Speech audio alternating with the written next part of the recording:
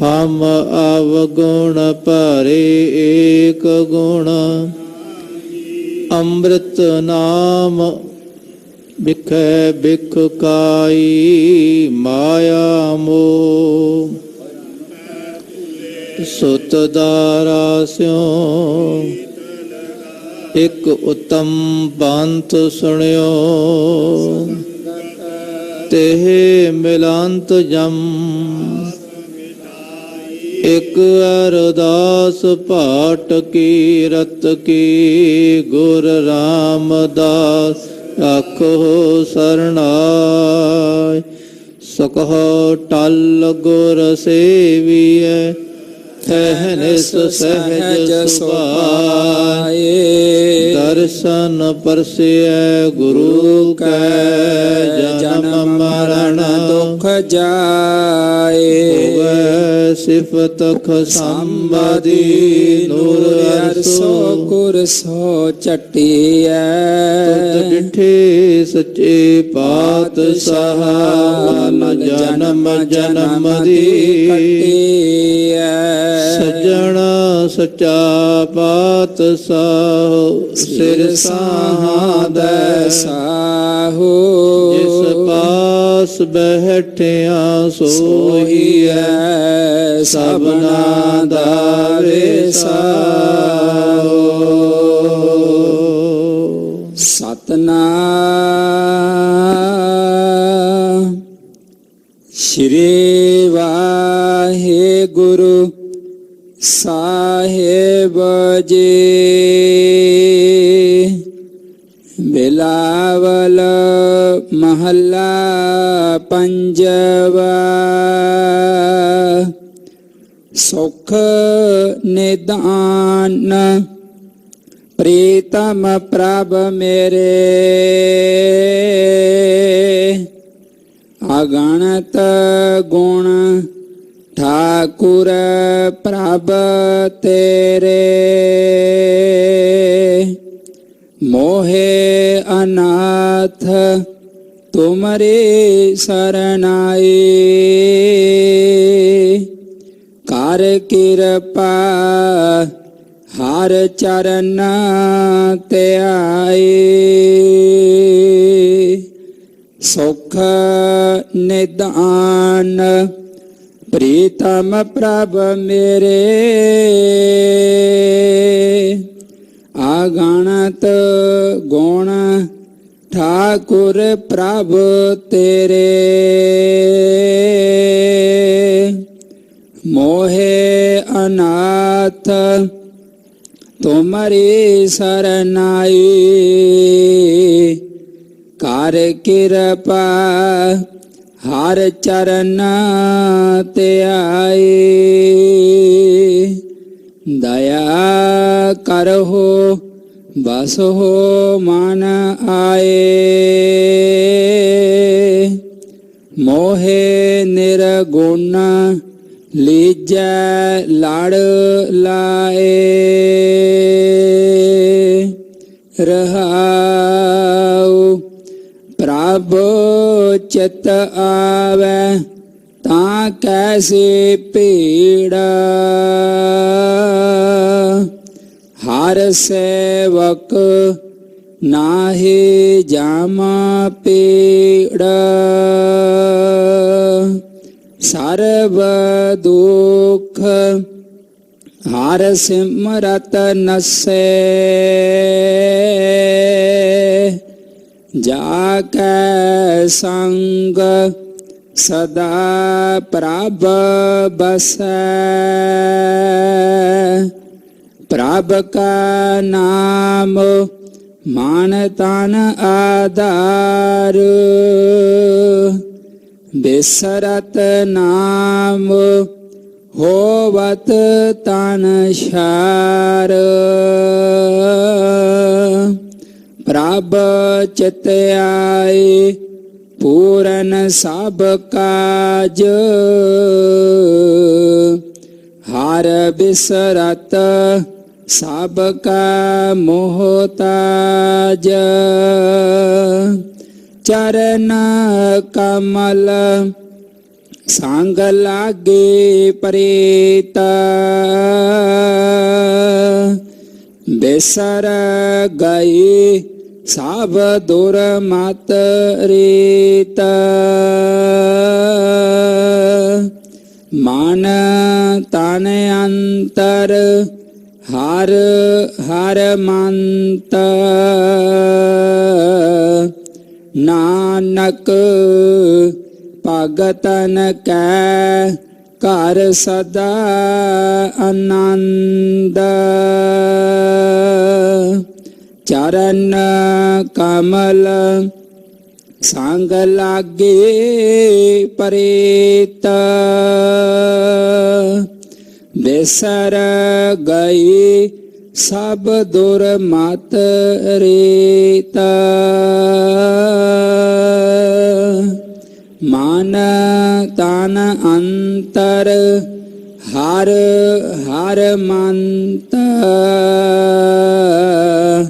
ਨਾਨਕ ਭਗਤਨ ਕੈ ਘਰ ਸਦਾ ਆਨੰਦ। ਵਾਹਿਗੁਰੂ ਜੀ ਕਾ ਖਾਲਸਾ ਵਾਹਿਗੁਰੂ ਜੀ ਕੀ ਫਤਿਹ। ਪਤਿਤ ਪਾਵਨ ਗੁਰੂ ਗਰੀਬ ਨਿਵਾਜ ਅੰਤਰਜਾਮੀ ਅਕਾਲ ਪੁਰਖ ਪ੍ਰਮਾਤਮਾ ਸਭ ਦੇ ਦਿਲਾਂ ਦੀ ਜਾਣਨ ਵਾਲੇ ਘਟ ਘਟ ਕੇ ਅੰਤਰ ਕੀ ਜਾਣਤ ਭਲੇ ਬੁਰੇ ਕੀ ਪੀਰ ਪਛਾਨਤ। ਐਸੇ ਅਕਾਲ ਪੁਰਖ ਪ੍ਰਮਾਤਮਾ ਧੰਨ ਸ੍ਰੀ ਗੁਰੂ ਗ੍ਰੰਥ ਸਾਹਿਬ ਪਾਤਸ਼ਾਹ ਜੀ ਦੀ ਛਤਰ ਛਾਇਆ ਹੇਠ ਗੁਰੂ ਪਾਤਸ਼ਾਹ ਦੀ ਨਿੱਘੀ ਅਤੇ ਠੰਡੀ ਗੋਦ ਦਾ ਆਨੰਦ ਮਾਣਦੀ ਹੋਈ ਗੁਰੂ ਸਵਾਰੀ ਗੁਰੂ ਖਾਲਸਾ ਸਤ ਸੰਗਤ ਜੀਓ, ਅਸੀਂ ਸਾਰੇ ਹੀ ਕੁਛ ਪ੍ਰਾਪਤੀ ਕਰਨ ਲਈ ਗੁਰੂ ਦਰਬਾਰ ਦੀਆਂ ਹਾਜ਼ਰੀਆਂ ਭਰ ਰਹੇ ਹਾਂ। ਇਹ ਪ੍ਰਾਪਤੀ ਕੁਛ ਮਹਾਰਾਜ ਤੋਂ ਲੈਣਾ ਹੈ ਸੀ ਤੇ ਲੈਣ ਲਈ ਅਰਦਾਸਾਂ ਬੇਨਤੀਆਂ ਕਰ ਰਹੇ ਹਾਂ। ਰੱਬ ਜੀ, ਸਾਡੇ ਇਸ ਮਨ ਨੂੰ ਠੰਡ ਪਹੁੰਚਾਣਾ, ਇਹ ਮਨ ਟਿਕ ਜਾਵੇ। ਤੁਹਾਡੀ ਬਾਣੀ ਪੜ੍ਹਦਿਆਂ, ਤੁਹਾਡਾ ਨਾਮ ਜਪਦਿਆਂ ਇਹ ਮਨ ਸ਼ਾਂਤ ਹੋ ਜਾਵੇ। ਇਹ ਸੁਖ ਸ਼ਾਂਤੀ ਗੁਰੂ ਪਾਤਸ਼ਾਹ ਤੋਂ ਪ੍ਰਾਪਤ ਕਰਨੀ ਖਾਲਸਾ ਜੀ। ਬੰਦਾ ਕਈ ਜਨਮ ਭਟਕਦਾ ਹੈ, ਇੱਕ ਜਨਮ ਨਹੀਂ ਕਈ ਜਨਮ। ਉਹਦੀ ਭਟਕਣਾ ਤੋਂ ਬਾਅਦ ਰੱਬ ਉਹਨੂੰ ਮੌਕਾ ਵੀ ਦਿੰਦਾ ਹੈ। ਕਈ ਵਾਰੀ ਸਾਨੂੰ ਬਹੁਤ ਦੁੱਖ ਮਿਲਦੇ ਨੇ,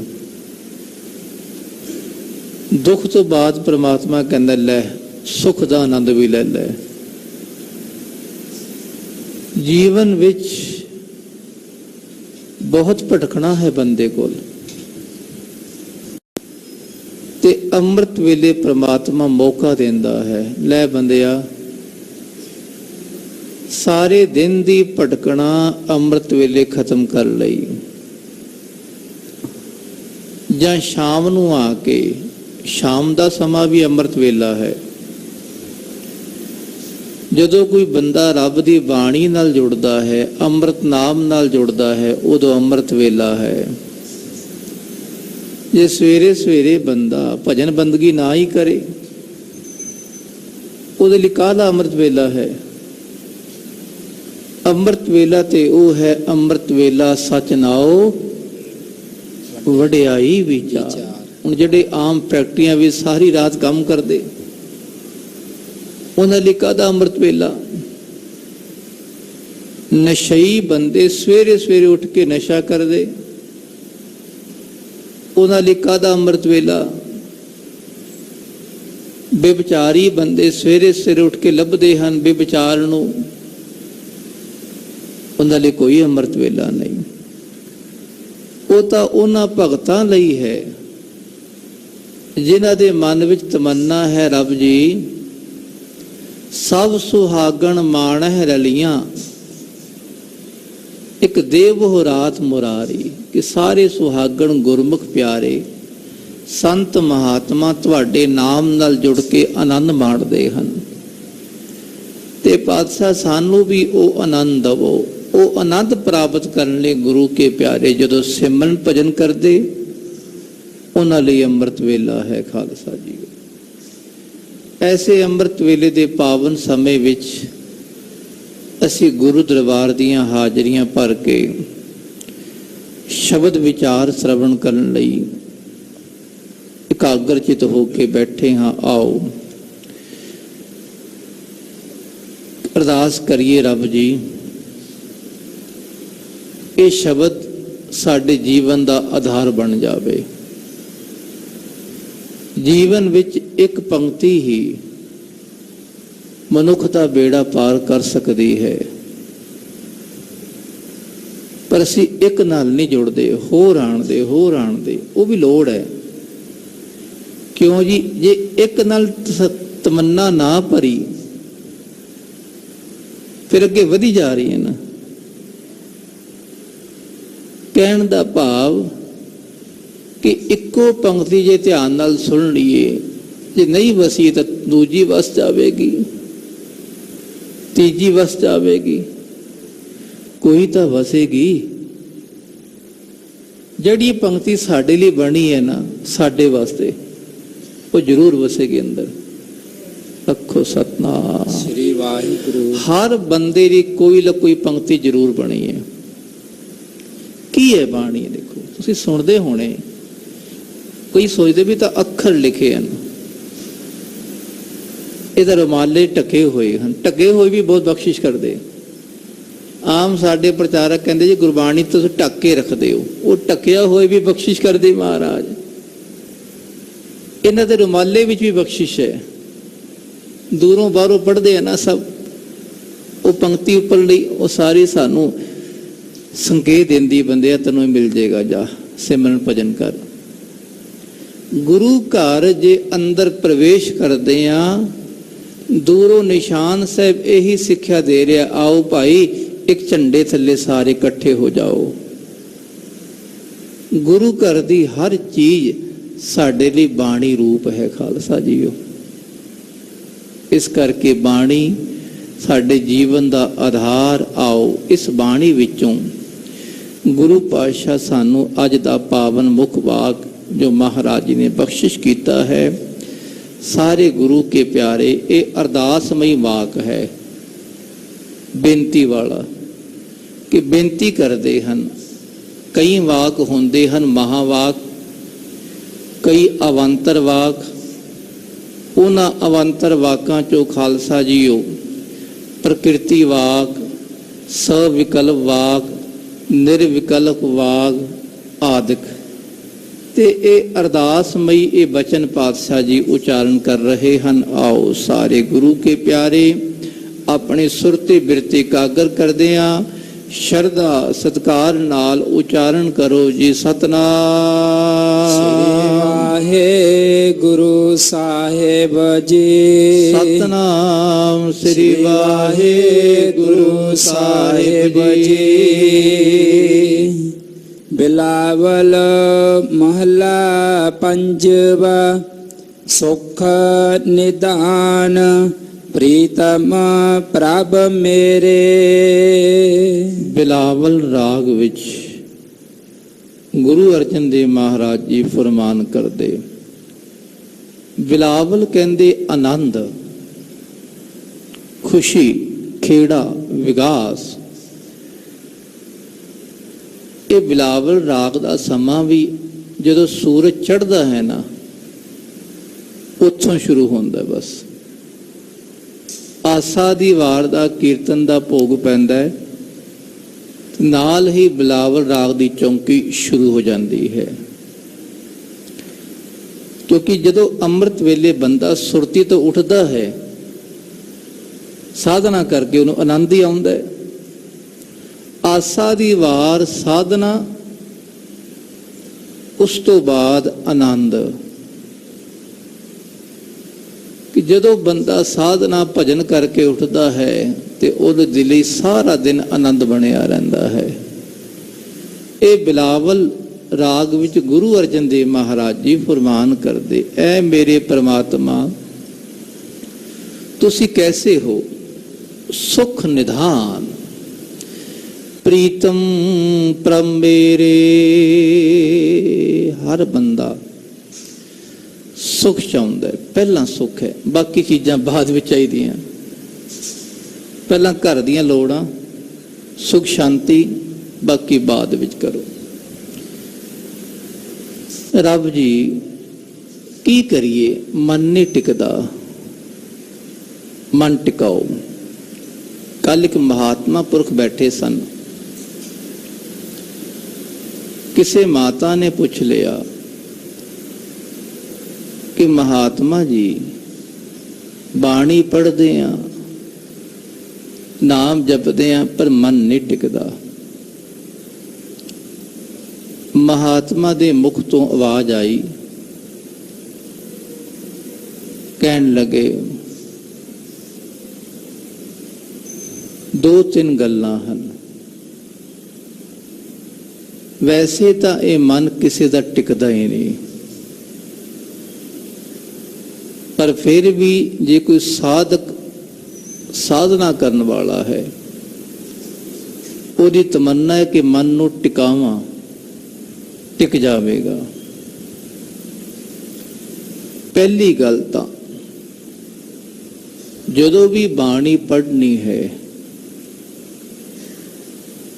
1-1.5-2 ਮਿੰਟ ਵਾਹਿਗੁਰੂ ਜਪਣਾ ਹੈ। ਬਾਣੀ ਪੜ੍ਹਦੇ ਹਾਂ ਜਦੋਂ, ਹੁਣ ਆਪਣੇ ਬਾਰੇ ਸਾਰੇ ਸੋਚੀਏ। ਅਸੀਂ ਸਵੇਰੇ ਸਵੇਰੇ ਨਹਾ ਕੇ ਨਾ, ਨਹਾਉਂਦੇ ਸਾਰੀ ਸ਼ੁਰੂ ਕਰ ਦਿੰਦੇ ਹਾਂ, ਫਟਾਫਟ ਨਿਬੇੜ ਲਈ ਨਿਤਨੇਮ। ਉਦੋਂ ਵਾਹਿਗੁਰੂ ਜਪ ਲਓ। ਸਾਡੇ ਉਸਤਾਦ ਜੀ ਉਦੋਂ ਜਪਦੇ ਸਨ, ਕਰ ਇਸਨਾਨ ਸਿਮਰ ਪ੍ਰਭ ਆਪਣਾ, ਸਿੰਘੇ ਜਪਦੇ ਨੇ। ਰਾਮਦਾਸ ਸਰੋਵਰ ਨਹਾਤੇ, ਇਹ ਜਪ ਲਓ। ਅਨੇਕ ਸ਼ਬਦ ਉਹਦਾ ਜਾਪ ਅੰਦਰ ਕਰੀ ਜਾਓ, ਕਿਉਂਕਿ ਧਿਆਨ ਰੱਖਣਾ ਬਾਣੀ ਵੀ ਗੰਦਗੀ ਵਾਲੀ ਥਾਂ ਤੇ ਨਹੀਂ ਪੜੀ ਦੀ। ਆਖੋ ਸਤਨਾਮ ਸ੍ਰੀ ਵਾਹਿਗੁਰੂ। ਕਈ ਵਾਰੀ ਮਨ ਚ ਆਉਂਦਾ, ਉੱਥੇ ਵੀ ਤਾਂ ਬਾਥਰੂਮ ਵਿੱਚ ਗੰਦਗੀ ਹੁੰਦੀ ਹੈ ਨਾ, ਅੰਦਰ ਪੜ ਲਓ। ਕੋਸ਼ਿਸ਼ ਅੰਦਰ, ਕੋਈ ਸਤਕਾਰ, ਬਾਣੀ ਪਰਮੇਸ਼ਰ ਹੈ, ਪਰਮੇਸ਼ਰ ਹਰ ਥਾਂ ਤੇ, ਪਰ ਆਪਣੇ ਵੱਲੋਂ ਸਤਕਾਰ ਤਾਂ ਹੋਵੇ ਨਾ। ਉਦੋਂ ਵਾਹਿਗੁਰੂ ਜਪ ਲਓ ਅੰਦਰ ਅੰਦਰ ਹੀ, ਮੂਲ ਮੰਤਰ ਕਰ ਲਓ ਅੰਦਰ ਅੰਦਰ ਹੀ। ਜਦੋਂ ਬੰਦਾ ਫਿਰ ਵਾਹਿਗੁਰੂ ਜਪੇਗਾ, ਇਹਨਾਂ ਸ਼ਬਦਾਂ ਦਾ ਜਾਪ ਕਰੇਗਾ, ਫਿਰ ਕੱਪੜੇ ਪਾ ਕੇ, ਮਹਾਂਪੁਰਖ ਇਹ ਵੀ ਦੱਸਦੇ ਵੀ ਕੰਘਾ ਕਰਕੇ ਤਿਆਰ ਹੋ ਕੇ ਨਿਤਨੇਮ ਕਰੋ। ਅਸੀਂ ਢਿੱਲੇ ਮੱਠੇ ਹੀ ਐਵੇਂ ਢਿੱਲੀ ਜਿਹੀ ਕੇਸਕੀ ਬੰਨ ਲਈ, ਕੱਪੜੇ ਪਾਏ ਨਹੀਂ ਪਾਏ, ਕੰਘੇ ਕਰੇ ਬਿਨਾ ਨਹੀਂ। ਕੰਘਾ ਕਰਕੇ ਫਿਰ ਜਦੋਂ ਤਿਆਰ ਹੋ ਕੇ ਪਾਠ ਕਰਨਾ, ਉਹ ਪਾਠ ਕਰਨ ਤੋਂ ਪਹਿਲਾਂ ਤਾਂ ਵੀ ਮਨ ਖਿੰਡਿਆ ਜਾ ਰਹਿੰਦਾ ਹੈ, ਕਿਉਂਕਿ ਸਾਰੇ ਪਾਸੇ ਜਿਹੜੀ ਕਿਰਿਆ ਕਰਕੇ ਆਉਂਦੇ ਆ, ਉਸ ਖਿੰਡਾਵ ਜਾ ਰਹਿੰਦਾ ਹੈ। ਉਸ ਕਿਰਿਆ ਨੂੰ ਟਿਕਾਉਣ ਲਈ 1-1.5 ਮਿੰਟ ਵਾਹਿਗੁਰੂ ਇਹ ਜਾਪ ਕਰਨ ਤੋਂ ਬਾਅਦ ਫਿਰ ਨਿਤਨੇਮ ਸ਼ੁਰੂ ਕਰਨਾ ਹੈ। ਜਦੋਂ ਬਾਣੀ ਪੜ੍ਹਨੀ, ਸੁਖਮਨੀ ਸਾਹਿਬ, ਜਪਜੀ ਸਾਹਿਬ, ਕੋਈ ਵੀ ਬਾਣੀ, ਨਿਤਨੇਮ ਸ਼ੁਰੂ ਹੁੰਦਾ ਜਪਜੀ ਸਾਹਿਬ ਤੋਂ ਹੀ। ਰਾਤ ਦਾ ਜਿਹੜਾ ਕਹਿ ਲੋ ਤਾਲਾ ਮਾਰਦੇ ਨਾ, ਅਸੀਂ ਤਾਲਾ ਹੀ ਮਾਰਦੇ ਨਾ, ਤੇ ਸਵੇਰ ਦਾ ਤਾਲਾ ਖੋਲਣਾ ਵੀ ਜਪਜੀ ਸਾਹਿਬ ਤੋਂ ਹੈ। ਜੇ ਰਾਤ ਨੂੰ ਚੋਰਾਂ ਤੋਂ ਬਚਣ ਲਈ ਕੀ ਕਰਦੇ ਆ? ਸੋਹਿਲਾ ਸਾਹਿਬ ਕਰਦੇ ਆ ਨਾ। ਚੋਰਾਂ ਤੋਂ ਬਚਣ ਲਈ ਚੌਗਿਰਦ ਹਮਾਰੇ ਰਾਮ ਕਾ ਦੁੱਖ ਲਗੈ ਨਾ ਭਾਈ, ਤੇ ਐਸੀ ਬਾਣੀ ਦਾ ਜਾਪ ਕਰਕੇ ਤਾਲਾ ਮਾਰਦਾ ਵੀ ਚੋਰ ਨਾ ਕੋਈ ਅੰਦਰ ਵੜੇ। ਤੇ ਸਵੇਰੇ ਸਵੇਰੇ ਜਪਜੀ ਸਾਹਿਬ ਨਾਲ ਉਹ ਤਾਲਾ ਖੋਲਣਾ ਵੀ ਆਓ ਮਹਾਰਾਜ ਤੁਸੀਂ ਹੁਣ ਆਪਣਾ ਵਾਸਾ ਦੁਆਰਾ ਪਾਤਸ਼ਾਹ ਅੰਦਰ ਅੰਦਰ ਵੀ ਆਨੰਦ ਹੋ ਤੇ ਬਾਹਰ ਵੀ ਆਨੰਦ ਹੋਵੋ। ਫਿਰ ਜਦੋਂ ਜਪਜੀ ਸਾਹਿਬ ਦਾ ਪਾਠ ਕਰਨਾ ਹੈ, ਮਹਾਂਪੁਰਖ ਕਹਿਣ ਲੱਗੇ ਜੀ ਅਸੀਂ ਲਗ ਮਾਤਰ ਸਮੇਤ ਪਾਠ ਕਰਨਾ ਹੈ। ਅੱਖੋ ਸਤਨਾਮ ਸ੍ਰੀ ਵਾਹਿਗੁਰੂ। ਹੁਣ ਇਹ ਪੰਕਤੀ ਦੇਖਣਾ, ਇਹ ਮਹਾਂਪੁਰਖਾਂ ਨੇ ਜ਼ਰੂਰ ਆਖਿਆ ਸੀ। ਕਿਵੇਂ ਜੀ? ਲਗ ਮਾਤਰ ਸਮਝ ਲਓ, ਮੂਲ ਮੰਤਰ ਹੀ ਹੈ ਇੱਕ ਓੰਕਾਰ ਸਤ ਨਾਮ ਕਰਤਾ ਪੁਰਖ।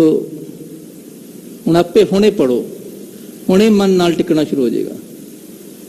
ਨਿਰਭਉ ਨਿਰਵੈਰ ਅਕਾਲ ਮੂਰਤਿ ਤੱਤੇ ਨੂੰ ਸਿਆਰੀ ਅਜੂਨੀ ਸੈਭੰ ਗੁਰ ਪ੍ਰਸਾਦਿ ਜਪ ਆਦਿ ਸਾਚੋ ਜੁਗਾਦਿ ਸਾਚੋ ਹੈ ਭੀ ਸਾਚੋ ਨਾਨਕ ਹੋਸੀ ਭੀ ਸਾਚੋ ਸੋਚੈ ਸੋਚ ਨਾ ਹੋਵਈ ਜੇ ਸੋਚੀ ਲੱਖ ਵਾਰ। ਧਿਆਨ ਪਹਿਲਾਂ ਅੱਖਰ ਨਾ ਖੜ ਜਾਵੇ, ਧਿਆਨ ਉਧਰ ਵੀ ਆਪਣੇ ਆਪ ਬਾਹਰੋਂ ਕਾਗਰ ਹੋ ਗਿਆ। ਜਦੋਂ ਬਾਹਰੋਂ ਕਾਗਰ ਹੋ ਗਿਆ ਫਿਰ ਬਾਣੀ ਵਿੱਚੋਂ ਰਸ ਆਵੇਗਾ। ਚਲੋ ਸਾਰਾ ਨਹੀਂ ਤਾਂ ਇੱਕ ਦੋ ਪੌੜੀਆਂ ਤੇ ਕਰ ਸਕਦੇ ਆ, ਸ਼ੁਰੂਆਤ ਕਰਕੇ ਦੇਖ ਲਓ। ਅੱਜ ਇੱਕ ਪੌੜੀ, ਕੱਲ ਨੂੰ ਦੋ ਪੌੜੀ, ਇਸ ਤਰ੍ਹਾਂ ਪਿਆਰ ਨਾਲ ਪੜੋ। ਇੱਕ ਤਾਂ ਪਾਠ ਵੀ ਸ਼ੁੱਧ ਹੋਵੇਗਾ, ਅਰਥ ਵੀ ਸਮਝ ਆਣਗੇ ਤੇ ਬੋਲ ਕੇ ਵੀ ਪੜਨਾ ਹੈ। ਅਸੀਂ ਕੂਣ ਕਰੀ ਜਾਂਦੇ ਹਾਂ ਖਾਲਸਾ ਜੀ, ਉਹ ਕਿਸੇ ਬੁਰਾ ਨਹੀਂ, ਪਰ ਮਨ ਨੂੰ ਟਿਕਾਣ ਲਈ ਮੈਂ ਕਹਿ ਰਿਹਾ। ਕੋਈ ਗੁਰਮਤ ਵਿੱਚ ਕੋਈ ਵੀ ਚੀਜ਼ ਬੁਰੀ ਨਹੀਂ ਹੈ, ਜਿਵੇਂ ਮਰਜ਼ੀ ਪਾਠ ਕਰੋ ਭਾਈ, ਪਰ ਕੁਛ ਚੀਜ਼ਾਂ ਹੁੰਦੀਆਂ ਜਿਹੜੀਆਂ ਛੇਤੀ ਅਸਰ ਕਰਦੀਆਂ। ਅੱਖੋ ਸਤਨਾਮ ਸ੍ਰੀ ਵਾਹਿਗੁਰੂ।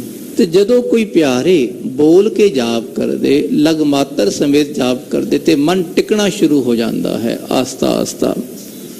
ਇਹ ਅਵੈੜਾ ਘੋੜਾ ਹੈ, ਤੈਨੂੰ ਇਸ ਤਰ੍ਹਾਂ ਹੀ ਕਾਬੂ ਕਰੀਦਾ ਖਾਲਸਾ ਜੀ। ਫਿਰ ਜੇ ਸੰਗਤ ਦਾ ਆਸਰਾ ਮਿਲ ਜੇ ਤਾਂ ਛੇਤੀ ਹੋ ਜਾਂਦਾ। ਫਿਰ ਮਹਾਂਪੁਰਖਾਂ ਦੀ ਸੰਗਤ, ਗੁਰਮੁਖਾਂ ਦੀ ਸੰਗਤ, ਸਾਧ ਸੰਗਤ ਮਿਲ ਜਾਏ ਤਾਂ ਹੋਰ ਛੇਤੀ ਹੋ ਜਾਂਦਾ ਹੈ। ਤੇ ਨਾਲ ਨਾਲ ਫਿਰ ਅਰਦਾਸ ਕਰਨੀ, ਰੱਬ ਜੀ ਕਿਰਪਾ ਤੁਸੀਂ ਕਰਨੀ ਹੈ। ਇੱਕ ਚੀਜ਼ ਨਾਲ ਹੀ ਕਈ ਚੀਜ਼ਾਂ ਇਕੱਠੀਆਂ ਹੁੰਦੀਆਂ। ਦੇਖੋ ਕਿਤਨਾ ਬੇਈਮਾਨ ਮਨ ਹੈ। ਇਸ ਮਨ ਨੂੰ ਕਾਬੂ ਕਰਨ ਲਈ ਖਾਲਸਾ ਜੀ ਗੁਰੂ ਪਾਤਸ਼ਾਹ ਕਹਿੰਦੇ ਮਨਾ ਅਰਦਾਸ ਕਰ। ਗੁਰੂ ਚਰਨਾਂ 'ਚ ਪਾਤਸ਼ਾਹ ਅਰਦਾਸ ਕਰਦੇ, ਸੁਖ ਨਿਧਾਨ ਪ੍ਰੀਤਮ ਪ੍ਰਮ ਮੇਰੇ। ਐ ਮੇਰੇ ਪ੍ਰਮਾਤਮਾ ਤੁਸੀਂ ਸੁੱਖਾਂ ਦੇ ਇੱਕ ਨਿਧਾਨ, ਕਹਿੰਦੇ ਖਜ਼ਾਨੇ ਹੋ। ਹਰ ਬੰਦੇ ਕੋਲ ਸੁੱਖ ਦੁੱਖ ਆਉਂਦੇ ਹਨ, ਲਿਮਟ ਹਨ। ਇੱਕ ਗ੍ਰੰਥੀ ਜ਼ਿਕਰ ਆਉਂਦਾ ਹੈ, ਸੁੱਖ ਦੁੱਖ ਲਗਭਗ ਬੰਦੇ ਦੇ ਬਰਾਬਰ ਹਨ। ਲਗਭਗ, ਕਿਸੇ ਦੇ 60%, ਕਿਸੇ ਦੇ 40%, ਬਸ ਲਗਭਗ ਇੰਨੇ ਹੀ ਆਉਂਦੇ। ਕਈਆਂ ਦੇ ਥੋੜੇ ਜ਼ਿਆਦਾ 70% ਲਾ ਲਓ ਦੁੱਖ। ਸਾਰੇ ਸੁੱਖ ਵੀ ਨਹੀਂ ਆਉਂਦੇ, ਸਾਰੇ ਦੁੱਖ ਵੀ ਨਹੀਂ ਆਉਂਦੇ। ਰੱਬ ਦੇ ਘਰ ਤਾਂ ਸੁੱਖ ਹੀ ਭਰੇ ਹੋਏ ਹਨ। ਹੁਣ ਇੱਥੋਂ ਸਾਰੇ ਸੁੱਖ ਲੈਣ ਲਈ ਆ ਰਹੇ ਆ। ਸ੍ਰੀ ਹਰਿਮੰਦਰ ਸਾਹਿਬ, ਸ੍ਰੀ ਤਰਨਤਾਰਨ ਸਾਹਿਬ, ਸ੍ਰੀ ਮੁਕਤਸਰ ਸਾਹਿਬ ਪਾਵਨ ਸਥਾਨਾਂ ਤੋਂ ਗੁਰੂ ਪਾਤਸ਼ਾਹ ਜਿੱਥੇ ਸਾਨੂੰ ਸੁੱਖ ਵੰਡਦੇ ਹੋਣ, ਜਿੱਥੇ ਚਲੇ ਜਾਓ ਉੱਥੇ ਸੁੱਖ ਮਿਲਦੇ ਆ। ਕਿਉਂਕਿ ਰੱਬ ਦੀ ਬਾਣੀ ਸੁੱਖ ਦੇਣ ਵਾਲੀ ਹੈ ਭਾਈ। ਅਰਦਾਸ ਕਰਨੀ, ਰੱਬ ਜੀ ਕਿੱਥੋਂ ਸੁੱਖ ਮੰਗਾ? ਤੁਹਾਡੇ ਤੋਂ ਮੰਗਾ ਪਾਤਸ਼ਾਹ। ਤੁਹਾਡੇ ਦਰ ਤੇ ਛੱਡ ਕੇ ਪਾਤਸ਼ਾਹ ਮੈਂ ਹੋਰ ਕਿਸੇ ਥਾਂ ਤੇ ਨਹੀਂ ਜਾਣਾ। ਤੁਸੀਂ ਕੈਸੇ ਹੋ? ਸੁਖ ਨਿਧਾਨ ਪ੍ਰੀਤਮ ਪ੍ਰਮ ਮੇਰੇ। ਤੁਸੀਂ ਪ੍ਰੀਤਮ ਹੋ, ਪਿਆਰੇ ਹੋ, ਮੇਰੇ ਪ੍ਰਭੂ ਹੋ ਸਤਿਗੁਰ ਜੀ। ਅਗਣਤ ਗੁਣ ਠਾਕੁਰ ਪ੍ਰਭ ਤੇਰੇ। ਐ ਮੇਰੇ ਸਤਿਗੁਰ ਪਾਤਸ਼ਾਹ ਤੁਹਾਡੇ ਗੁਣ ਅਗਣਤ ਹਨ। ਹੁਣ ਇਹਨੂੰ ਪੜਾਂਗੇ, ਅਗਣਤ ਗਲਤ ਹੋ ਜਾਂਦੇ। ਕਈ ਥਾਂ ਤੇ ਚਾਲ ਵੀ ਸਾਨੂੰ ਕਰਨਾ ਪੈਂਦਾ ਹੈ, ਪਰ ਇੱਥੇ ਨਹੀਂ। ਕਈ ਥਾਂ ਤੇ ਚਾਲ ਵੀ ਦੇਖਣੀ ਪੈਂਦੀ ਹੈ। ਅਗਣਤ ਗੁਣ ਠਾਕੁਰ ਪ੍ਰਭ ਮੇਰੇ। ਹੁਣ ਧਿਆਨ ਨਾਲ ਪੜੋ, ਠਾਕੁਰ ਆਪਣੇ ਆਪ ਮਨ ਟਿਕਦਾ ਹੈ। ਅਗਣਤ ਗੁਣ ਠਾਕੁਰ ਪ੍ਰਭ ਤੇਰੇ, ਐ ਮੇਰੇ ਠਾਕੁਰ, ਮੇਰੇ ਵੀ ਤਾਂ ਕੋਈ ਵੀ ਗੁਣ ਨਹੀਂ, ਤੁਹਾਡੇ ਵਿੱਚ ਤਾਂ ਗੁਣ ਹੀ ਗੁਣ ਹਨ, ਭੰਡਾਰੇ ਹੀ ਭਰੇ ਅਗਣਤ, ਜਿਹਦੀ ਗਿਣਤੀ ਨਾ ਹੋਵੇ। ਦੇਖੋ, ਇੱਕ ਤਾਂ ਗੁਣ ਵੀ ਅਗਣਤ, ਦੂਜੇ ਸੁਖ ਨਿਧਾਨ, ਸੁੱਖਾਂ ਦੇ ਖਜ਼ਾਨੇ ਹਨ। ਫਿਰ ਕੀ ਨਹੀਂ ਮਿਲਦਾ?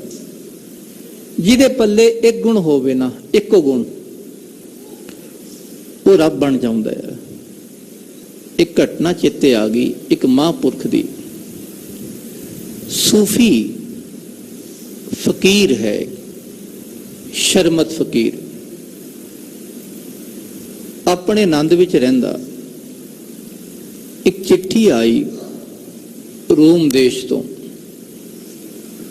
ਉੱਥੇ ਦੇ ਰਾਜੇ ਨੇ ਆਪਣੇ ਸਿਆਣੇ ਬੰਦੇ ਨੂੰ ਭੇਜਿਆ, ਜਾ ਭਾਈ, ਸੁਣਿਆ ਹੈ ਹਿੰਦੁਸਤਾਨ ਵਿੱਚ ਬਹੁਤ ਵਿਦਵਾਨ ਹਨ, ਤੁਹਾਡੀ ਜਾਣਕਾਰੀ ਲਈ। ਪਹਿਲਾਂ ਲੋਕੀ ਬਾਹਰੋਂ ਇੱਥੇ ਪੜ੍ਹਨ ਆਉਂਦੇ ਸਨ, ਅੱਜ ਕੱਲ ਇੱਥੋਂ ਬਾਹਰ ਜਾ ਰਹੇ ਸੀ। ਪਹਿਲਾਂ ਦੁਨੀਆ ਵਰਲਡ ਦੇ ਬੰਦੇ ਬਾਹਰੋਂ ਇੱਥੇ ਪੜ੍ਹਨ ਆਉਂਦੇ ਸਨ। ਹੁਣ ਜਿਹੜੇ ਰੂਮ ਦੇਸ਼ ਤੋਂ ਉਹ ਚਿੱਠੀ ਆਈ ਵੀ ਇੱਥੇ ਇੰਨੇ ਵਿਦਵਾਨ ਹਨ ਵੀ ਇਹਦਾ ਅਰਥ ਉਹ ਕਰਨਗੇ। ਪੂਰਬ ਦੀ ਜਿਹੜੀ ਫਿਲਾਸਫੀ ਹੈ ਬਹੁਤ ਡੂੰਘੀ ਹੈ, ਬਾਹਰਲੀ ਫਿਲਾਸਫੀ ਤਾਂ ਕੁਝ ਵੀ ਨਹੀਂ, ਧਿਆਨ ਰੱਖਣਾ। ਅਸੀਂ ਡਰਦੇ ਤਾਂ ਉੱਥੇ ਇੰਗਲਿਸ਼ ਹੈ, ਬਸ ਫ੍ਰੈਂਚ ਹੈ, ਇਹ ਭਾਸ਼ਾਵਾਂ ਦੇਖ ਕੇ ਡਰ ਜਾਂਦੇ ਆ। ਹੈ ਫਿਲਾਸਫੀ ਕੁਝ ਨਹੀਂ। ਜੋ ਹਿੰਦੁਸਤਾਨ ਦੀ ਫਿਲਾਸਫੀ ਜੋ ਪੜ੍ਹਦੇ ਨਾ, ਉਹ ਕਹਿੰਦੇ ਕਮਾਲ ਦੀ ਫਿਲਾਸਫੀ ਹੈ ਹਿੰਦੁਸਤਾਨ ਦੀ।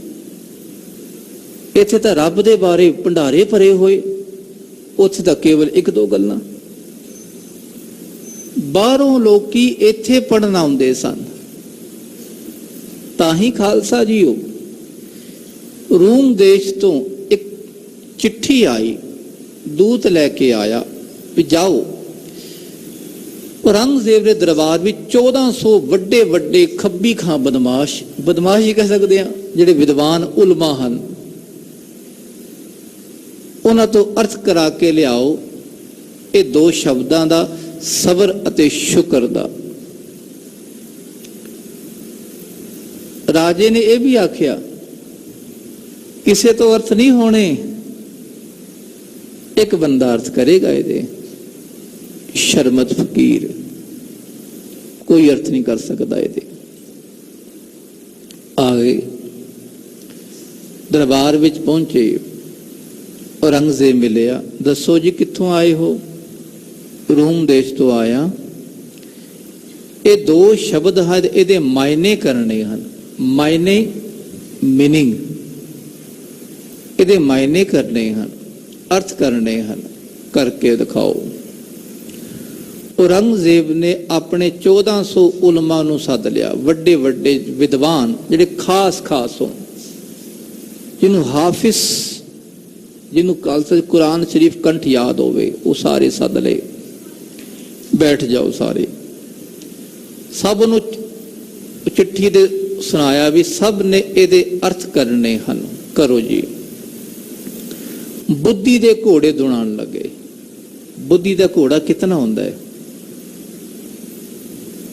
ਰੱਬ ਤੱਕ ਨਹੀਂ ਪਹੁੰਚ ਸਕਦਾ, ਇਕੱਲੀ ਬੁੱਧੀ। ਹਾਂ, ਆਤਮ ਵਿਸ਼ੈਣੀ ਬੁੱਧੀ ਪਹੁੰਚ ਜਾਂਦੀ ਹੈ। ਦੋ ਬੁੱਧੀਆਂ ਹਨ। ਇਕੱਲੀ ਬੁੱਧੀ ਜਿਹੜੀ ਆਪਣੀ ਹਉਮੈ ਦੇ ਸਹਿਤ ਹੈ, ਉਹ ਨਹੀਂ ਪਹੁੰਚ ਸਕਦੀ। ਜਿਹਦੀ ਹਉਮੈ ਮਿਟ ਗਈ, ਰੱਬ ਦੀ ਕਿਰਪਾ ਨਾਲ ਆਤਮ ਵਿਸ਼ੈਣੀ ਬੁੱਧੀ ਬਣ ਗਈ, ਉਹ ਪਹੁੰਚ ਜਾਵੇਗੀ। ਬੁੱਧੀ ਦੇ ਘੋੜੇ ਦੌੜਾਏ। ਸਭ ਨੇ ਲਿਖਿਆ ਜੀ ਸਬਰ ਕਹਿੰਦੇ, ਥੋੜਾ ਜਿਹਾ ਮਿਲ ਗਿਆ ਉਸ ਤੇ ਗੁਜ਼ਾਰਾ ਕਰੋ, ਸ਼ੁਕਰ ਰੱਬ ਦਾ ਧੰਨਵਾਦ ਕਰੋ। ਸਭ ਨੇ ਲਗਭਗ ਇਹੀ ਅਰਥ ਲਿਖੇ।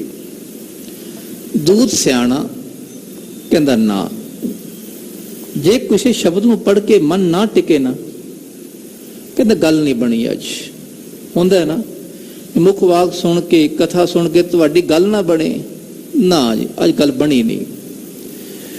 ਦੂਤ ਕਹਿੰਦਾ ਨਾ, ਗੱਲ ਨਹੀਂ ਬਣੀ। ਸਾਰੇ ਫੇਲ ਕਰਦੇ ਬੰਦਿਆਂ ਨੇ। ਐਵੇਂ ਵੀ ਨਹੀਂ ਫੇਲ ਕੀਤੇ, ਚੰਗੀ ਤਰ੍ਹਾਂ ਕਈ ਦਿਨ ਲੱਗੇ ਇਹਨੂੰ। ਕਈ ਦਿਨ ਸਭ ਦੀ ਵਿਚਾਰ ਪੜ੍ਹਦਾ ਰਿਹਾ, ਸੁਣਦਾ ਰਿਹਾ। 1400 ਬੰਦਿਆਂ ਨੂੰ, ਉਹਨਾਂ ਦੀ ਲਿਖਤਾਂ ਨੂੰ ਸੁਣਨਾ ਪੜ੍ਹਨਾ ਬੜਾ ਵੱਡਾ ਗੱਲ। ਕਈ ਦਿਨਾਂ ਬਾਅਦ ਕਹਿੰਦਾ ਨਾ ਜੀ ਕੁਛ ਨਹੀਂ ਬਣਿਆ, ਜੋ ਅਰਥ ਅਸੀਂ ਚਾਹੁੰਦੇ ਆ ਉਹ ਨਹੀਂ ਹੋਏ, ਅਜੇ ਤੱਕ ਮਨ ਨੂੰ ਟਿਕਾਣ ਵਾਲੇ ਅਰਥ ਨਹੀਂ ਹੋਏ। ਫਿਰ ਦੂਤ ਨੇ ਆਖਿਆ ਜੀ ਇੱਕ ਬੰਦਾ ਹੋਰ ਹੈ, ਸੁਣਿਆ ਹੈ, ਸ਼ਰਮਤ ਫਕੀਰ, ਕਿੱਥੇ ਹੈ, ਉਹਨੂੰ ਬੁਲਾਓ। ਔਰੰਗਜ਼ੇਬ ਕਹਿਣ ਲੱਗਾ ਉਹ ਤਾਂ ਮੇਰੀ ਕੈਦ ਵਿੱਚ ਹੈ, ਉਹ ਤਾਂ ਪਾਪੀ ਹੈ, ਇਸਲਾਮ ਨੂੰ ਬੁਰਾ ਆਖਦਾ ਹੈ, ਰੱਬ ਨੂੰ ਬੁਰਾ ਆਖਦਾ ਹੈ। ਕਹਿੰਦਾ ਜੋ ਮਰਜ਼ੀ ਆਖੇ ਪਰ ਮੈਨੂੰ ਇੱਕ ਵਾਰੀ ਬੁਲਾਓ ਉਸਨੂੰ।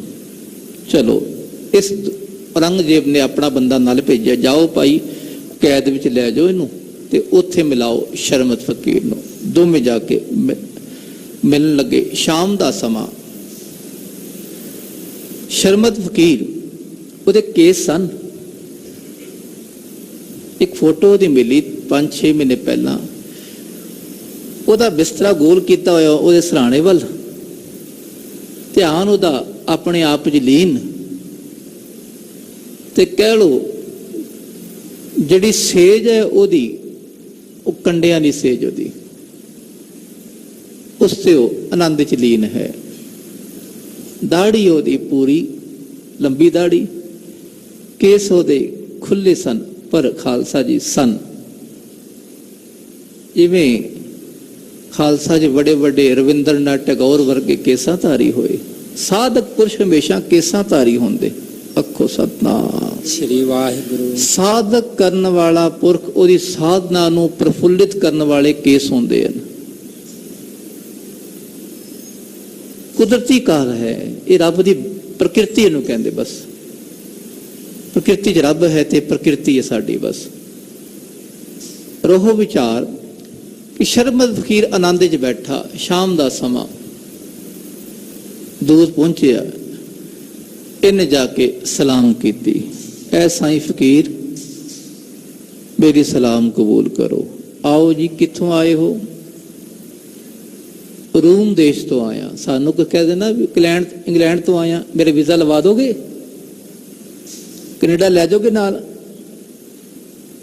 ਸ਼ਰਮਤ ਨੂੰ ਕੋਈ ਪਰਵਾਹ ਨਹੀਂ। ਕਿੱਥੋਂ ਆਇਆ? ਰੂਮ ਦੇਸ਼ ਤੋਂ। ਕੋਈ ਗੱਲ ਨਹੀਂ, ਕੀ ਚਾਹੀਦਾ ਹੈ? ਇਹ ਦੋ ਸ਼ਬਦ ਹਨ, ਸਬਰ ਅਤੇ ਸ਼ੁਕਰ। ਇਹਦੇ ਮਾਇਨੇ ਕਰ ਦੋ। ਦੇਖੋ ਕੈਸਾ ਰੱਬ ਦਾ ਫਕੀਰ। ਕਹਿੰਦਾ ਸਵੇਰੇ ਆਈ, ਹੁਣ ਨਹੀਂ। ਦੋ ਸ਼ਬਦਾਂ ਦੇ ਅਰਥ ਹੀ ਕਰਨੇ। ਬੰਦਾ ਕਹਿ ਸਕਦਾ ਹੈ ਵੀ ਸ਼ਬਦ ਦਾ ਅਰਥ ਇਹ ਹੈ, ਸ਼ੁਕਰ ਦਾ ਇਹ ਹੈ, ਬਸ। ਕਹਿੰਦਾ ਨਾ, ਸਵੇਰੇ ਆਈ।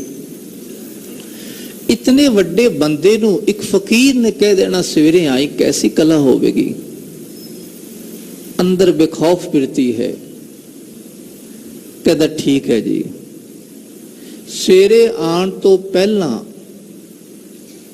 ਇੱਕ ਤਮਕ ਲੈ ਕੇ ਆ ਜੀ। ਤਮਕ ਦਾ ਅਰਥ ਹੈ 2-2.5 ਗਜ ਦਾ ਕੱਪੜਾ ਲੱਕ ਤੇ ਬੰਨਣ ਲਈ। ਇਹ ਲੈ ਕੇ ਆਈ ਨਾਲ। ਪਾਣੀ ਦੀ ਮਸ਼ਕ ਨਾਲ ਲੈ ਆਈ। ਕਹਿੰਦਾ ਠੀਕ ਹੈ ਜੀ। ਸ਼ਾਮ ਦਾ ਸਮਾਂ ਸੀ, ਉਹਨੇ ਸਾਰਾ ਪ੍ਰਬੰਧ ਕਰ ਲਿਆ। ਰਾਤ ਉਹਨੇ ਗੁਜ਼ਾਰੀ। ਸਵੇਰੇ ਸਵੇਰੇ ਪਹੁੰਚ ਗਿਆ। ਅਜੇ ਸੂਰਜ ਚੜ੍ਹਨ ਤੋਂ ਪਹਿਲਾਂ ਪਹਿਲਾਂ ਹੀ ਪਹੁੰਚ ਗਿਆ। ਉਸੇ ਤਰ੍ਹਾਂ ਬੈਠਾ ਸ਼ਰਮਤ ਫਕੀਰ। ਦੇਖੋ ਕੈਸੀ ਨੀਂਦ ਹੋਵੇਗੀ ਇਹਨਾਂ ਦੀ। ਇਹਨੂੰ ਨੀਂਦ ਵੀ ਨਹੀਂ ਆਉਂਦੀ। ਪਿਆਰਿਆਂ ਨੂੰ,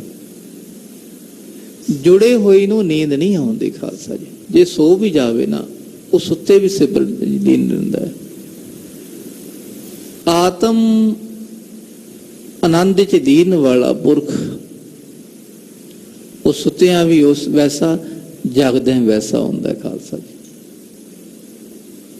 ਨਹਾ ਲਵੇ ਤਾਂ ਵੀ ਵੈਸਾ, ਨਾ ਨਹਾਵੇ ਤਾਂ ਵੀ ਵੈਸਾ ਹੁੰਦਾ। ਸਵੇਰੇ ਗਿਆ ਸ਼ਰਮਤ ਫਕੀਰ, ਅੱਖਾਂ ਨੀਵੀਂ ਕਰਕੇ ਭਜਨ ਕਰ ਰਿਹਾ। ਕਹਿਣ ਲੱਗਾ ਐ ਸਾਈਂ ਫਕੀਰ, ਆ ਗਿਆ ਹਾਂ, ਇਹ ਤੁਹਾਡਾ ਸਮਾਨ। ਉਹਨੇ ਇਸ਼ਨਾਨ ਕੀਤਾ, ਲੱਕ ਤੇ ਕੱਪੜਾ ਬੰਨਿਆ, ਲੱਕ ਟੱਕ ਲਈ ਉਹਨੇ। ਕਹਿੰਦਾ ਬਹਿ ਜਾ ਇੱਥੇ। ਉਹਨੂੰ ਬਿਠਾ ਲਿਆ, ਅੱਖਾਂ ਬੰਦ ਕਰ ਲੀਆਂ, ਸਿਰ ਤੇ ਹੱਥ ਧਰਿਆ। ਕੀ ਵੇਖਦਾ ਉਹ? ਜਮਨਾ ਦੇ ਕਿਨਾਰੇ ਉੱਤੇ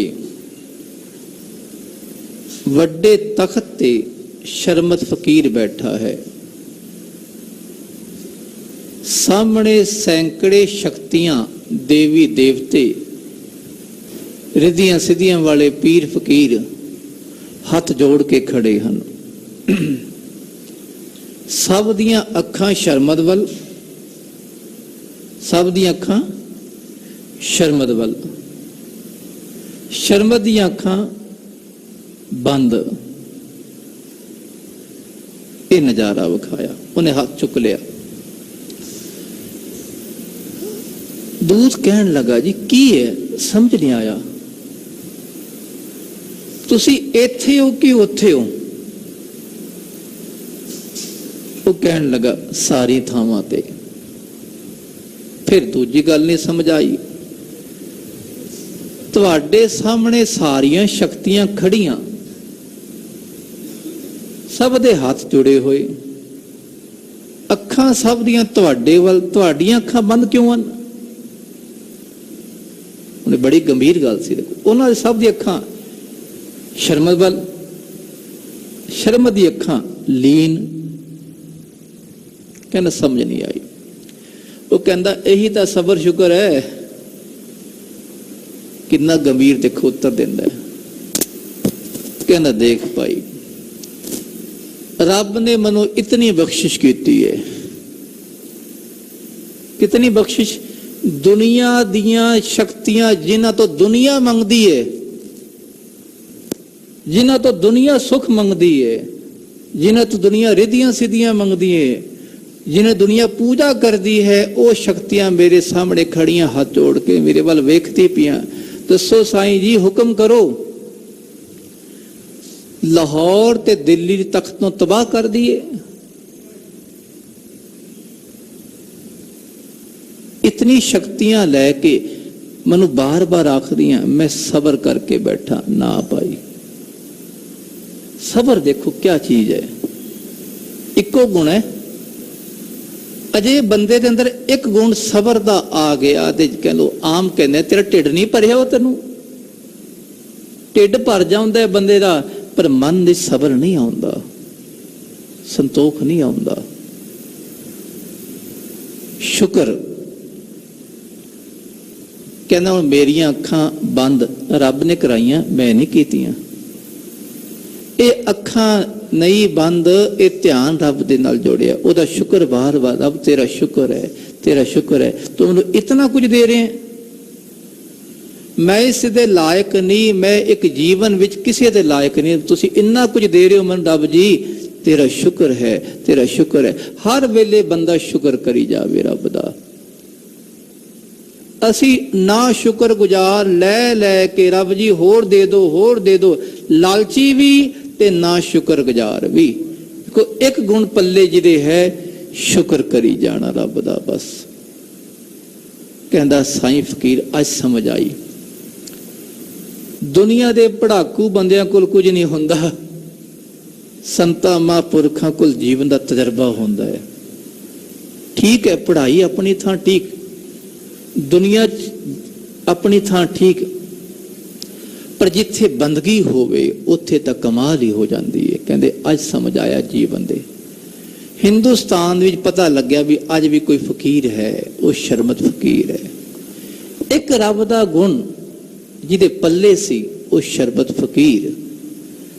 ते पातशाह कहंदे तुहाडे विच तां महाराज बड़े गुण हन, अगणत गुण ठाकुर प्रभ तेरे। ऐ मेरे ठाकुर तुहाडे विच अगणत ही गुण हन। मोहे अनाथ तुमरी शरणाई। मैं महाराज अनाथ हाँ, मेरा कोई नहीं है। देखो हर शब्द च कला है।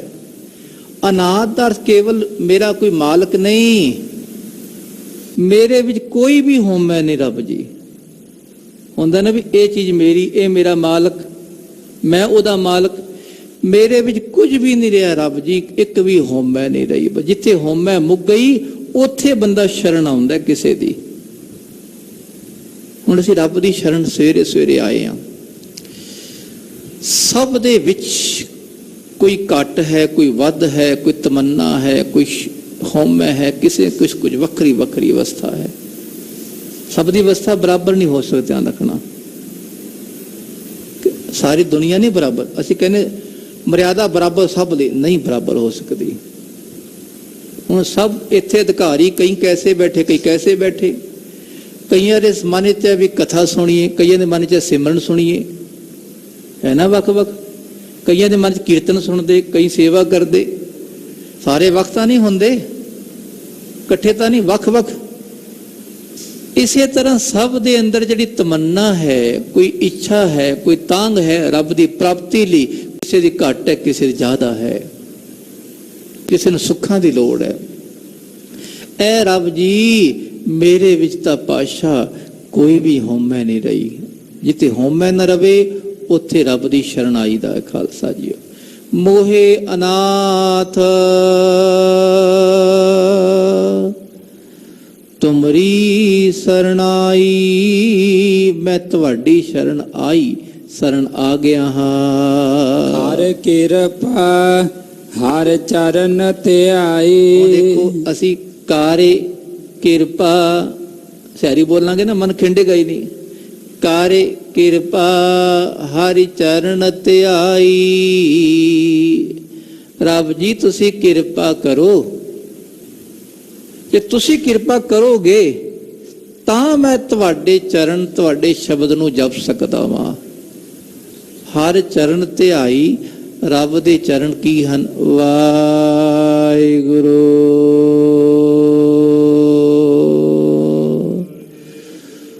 ਵਾਹਿਗੁਰੂ।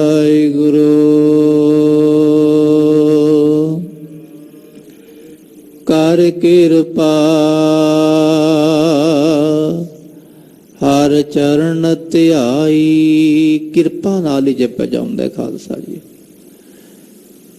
ਕੋਈ ਵੀ ਸਿਮਰਨ ਭਜਨ ਦੀ ਦਾਤ ਦੁਨੀਆ 'ਚ ਕੋਈ ਵੀ ਦਾਤ ਹੈ ਨਾ, ਬਿਨਾਂ ਕਿਰਪਾ ਤੋਂ ਨਹੀਂ ਮਿਲਦੀ। ਦਾਤ ਹੁੰਦੀ ਕਿਰਪਾ ਹੀ ਹੈ। ਜੇ ਕਹਿ ਲੋ ਦਾਤ ਲੈ ਰਹੇ ਹਾਂ ਹੱਥ ਜੋੜ ਕੇ, ਦੂਜੇ ਬੰਦੇ ਦੇ ਮਨ 'ਚ ਦਇਆ ਆਵੇਗੀ ਤਾਂ ਹੀ ਦਾਤ ਮਿਲੇਗੀ। ਦਇਆ ਹੀ ਤਾਂ ਕਿਰਪਾ ਹੈ। ਦੁਨਿਆਵੀ ਬੰਦਿਆਂ ਤੋਂ ਮੰਗਣਾ ਵੀ ਤਾਂ ਉਹਨਾਂ ਦੇ ਮਨ ਵਿੱਚ ਕਿਰਪਾ ਹੁੰਦੀ ਤਾਂ ਕਰਦੇ ਹੋ। ਰੱਬ ਦੇ ਦਰ ਤੋਂ ਮੰਗਣਾ ਹੈ ਭਾਈ, ਤੇ ਰੱਬ ਦੇ ਦਰ ਤੇ ਤਾਂ ਕਿਰਪਾ ਹੀ ਭਰੀ ਹੋਈ ਹੈ। ਕਰ ਕਿਰਪਾ ਰੱਬ ਜੀ, ਤੁਸੀਂ ਕਿਰਪਾ ਕਰੋ। ਤੁਸੀਂ ਜੇ ਕਿਰਪਾ ਕੀਤੀ ਤਾਂ ਮੈਂ ਤੁਹਾਡੇ ਚਰਨ, ਤੁਹਾਡਾ ਸ਼ਬਦ ਜਪ ਰਿਹਾ ਹਾਂ। ਦਇਆ ਕਰੋ ਬਸ ਹੋ ਮਨ ਆਏ। ਐ ਮੇਰੇ ਪ੍ਰਮਾਤਮਾ ਦਇਆ ਕਰੋ। ਦਇਆ ਹੁਣ ਇੱਥੇ ਵੀ ਸਿੰਪਲ ਲੈ ਜਾਂਦੇ ਅਸੀਂ ਆਮ ਕਹਿੰਦੇ ਦਇਆ, ਦਇਆ, ਦਇਆ ਨਹੀਂ ਦਇਆ। ਅੱਖਰ ਨੂੰ ਅਸੀਂ ਅੱਧਾ ਹੀ ਖਾ ਜਾਂਦੇ ਹਾਂ। ਦੱਦਾ ਮੁਕਤਾ ਹੈ, ਦਇਆ ਆਪਣੇ ਆਪ ਮਨ ਜੁੜੇਗਾ। ਦਇਆ ਕਰੋ ਬਸੋ ਮਨ ਆਏ। ਰੱਬ ਜੀ ਦਇਆ ਕਰੋ, ਮਨ ਚ ਆ ਕੇ ਵਸ ਜਾਓ ਪਾਤਸ਼ਾਹ। ਕਿਤਨਾ ਬਰੀਕ ਮਨ ਹੋਵੇਗਾ ਬੰਦੇ ਦਾ, ਉਸ ਮਨ ਵਿੱਚ ਰੱਬ ਨੇ ਆ ਕੇ ਵਸਣਾ। ਦੇਖੋ ਕਿੰਨਾ ਵੱਡਾ ਪਰਮਾਤਮਾ ਖੰਡਾਂ ਬ੍ਰਹਮੰਡਾਂ ਨੂੰ ਬਣਾ ਕੇ ਸਭ ਦੇ ਵਿੱਚ ਬੈਠਾ ਹੋਇਆ। ਦੇਖੋ ਇੱਕ ਮਿੰਟ ਲਈ ਸੋਚੀਏ, ਸਾਰੇ ਖੰਡਾਂ ਬ੍ਰਹਮੰਡਾਂ ਪਤਾਲਾਂ ਲੱਖਾਂ ਆਕਾਸ਼ਾਂ ਨੂੰ ਬਣਾ ਕੇ ਸਾਰਿਆਂ ਵਿੱਚ ਬੈਠਾ। ਇਤਨਾ ਵੱਡਾ, ਛੋਟਾ ਜਿਹਾ ਸਾਡਾ ਮਨ ਹੈ, ਅੰਦਰ ਢਿੱਡ ਵਿੱਚ ਕਿੱਥੇ ਪਿਆ ਪਤਾ ਨਹੀਂ। ਇਤਨਾ ਸੂਖਮ ਮਨ, ਉਹਦੇ 'ਚ ਵਾਹਿਗੁਰੂ ਆ ਕੇ ਵਸ ਗਿਆ ਤਾਂ ਬੰਦਾ ਵੀ ਰੱਬ ਬਣ ਗਿਆ ਖਾਲਸਾ ਜੀ। ਪਰ ਹੈ ਅੰਦਰ ਹੀ ਬੈਠਾ, ਪਰ ਮਨ ਸਾਡਾ ਬਾਹਰ ਉਡਾਰੀ ਮਾਰ ਰਿਹਾ ਹੈ। ਦਇਆ ਕਰੋ ਬਸੋ ਮਨ ਆਏ। ਰੱਬ ਜੀ ਮਨ ਨੂੰ ਟਿਕਾ ਦੋ ਨਾ। ਜੇ ਮਨ ਨੂੰ ਟਿਕਾ ਦੋਗੇ ਆਪਣੇ ਸ਼ਬਦ ਨਾਲ, ਤੁਸੀਂ ਫਿਰ ਅੰਦਰ ਹੀ ਆਪਣੇ ਆਪ ਨੂੰ ਪ੍ਰਗਟ ਕਰ ਦੋਗੇ ਪਾਤਸ਼ਾਹ। ਇਹ ਦਇਆ ਕਰੋ ਮਹਾਰਾਜ, ਸਾਡੇ ਮਨ ਵਿੱਚ ਆ ਕੇ ਵਸ ਜਾਓ ਜੀ। ਮੋਹੇ ਨਿਰਗੁਣ ਲੀਜੈ ਲੜ ਲਾਏ। ਮੇਰੇ 'ਚ ਕੋਈ ਵੀ ਗੁਣ ਨਹੀਂ, ਮੈਂ ਨਿਰਗੁਣ ਯਾਰੇ, ਕੋਈ ਵੀ ਗੁਣ ਨਹੀਂ ਪਾਤਸ਼ਾਹ। ਜੀਵ ਵਿੱਚ ਗੁਣ ਹਉਮੈ ਵਾਲੇ ਹੁੰਦੇ ਨੇ। ਜਦੋਂ ਜੀਵ ਕਵੇ ਪਾਤਸ਼ਾਹ ਮੇਰੇ 'ਚ ਕੁਝ ਵੀ ਨਹੀਂ, ਉਹ ਬਣੇਗਾ ਨਿਰਗੁਣ। ਜੀਵ ਹੁੰਦਾ ਹੀ ਨਿਰਗੁਣ ਹੈ ਤੇ ਈਸ਼ਵਰ ਸਰਗੁਣ ਹੈ। ਪਾਤਸ਼ਾਹ ਮੈਂ ਜੀਵ ਹਾਂ ਤੇ ਜੀਵ ਵਿੱਚ ਕੋਈ ਵੀ ਗੁਣ ਨਹੀਂ, ਕਿਰਪਾ ਕਰੋ ਪਾਤਸ਼ਾਹ। ਮੋਹੇ ਨਿਰਗੁਣ ਲੀਜੈ ਲਾੜੇ, ਲਾੜੇ ਲਾੜੇ ਨੂੰ ਸਿਆਰੀ, ਲਾੜੇ ਲਾਏ। ਮਹਾਰਾਜ ਮੇਰੇ ਵਿੱਚ ਕੋਈ ਵੀ ਗੁਣ ਨਹੀਂ, ਮੈਂ ਨਿਰਗੁਣ ਯਾਰੇ। ਰੱਬ ਜੀ ਕੋਈ ਵੀ ਗੁਣ ਨਹੀਂ, ਪਰ ਹਉਮੈ ਤੇ ਹੈ। ਅੱਖੋ ਸਤਨਾਮ ਸ੍ਰੀ ਵਾਹਿਗੁਰੂ। ਹਉਮੈ ਵੀ ਤਾਂ ਖਾਲਸਾ ਜੀ ਔਗੁਣ ਆ ਗਿਆ। ਪਾਸ਼ਾ ਤੁਸੀਂ ਹਉਮੈ ਨੂੰ ਦੂਰ ਕਰਨ ਵਾਲੇ ਹੋ, ਤੁਸੀਂ ਗੁਣ ਨਿਧਾਨ ਹੋ, ਸੁਖ ਨਿਧਾਨ ਹੋ, ਤੇ ਮੇਰੇ ਵਿੱਚ ਕੋਈ ਵੀ ਗੁਣ ਨਹੀਂ। ਪਾਤਸ਼ਾਹ ਮੇਰੀ ਹਉਮੈ ਨੂੰ ਮੁਕਾਓ। ਜਦੋਂ ਹਉਮੈ ਮੁਕਦੀ ਹੈ ਤਾਂ ਬੇਨਤੀ ਹੁੰਦੀ ਖਾਲਸਾ ਜੀਓ। ਅਰਦਾਸ ਬੇਨਤੀ ਹੁੰਦੀ ਹੀ ਹਉਮੈ ਮੁਕਾ ਕੇ ਹੈ।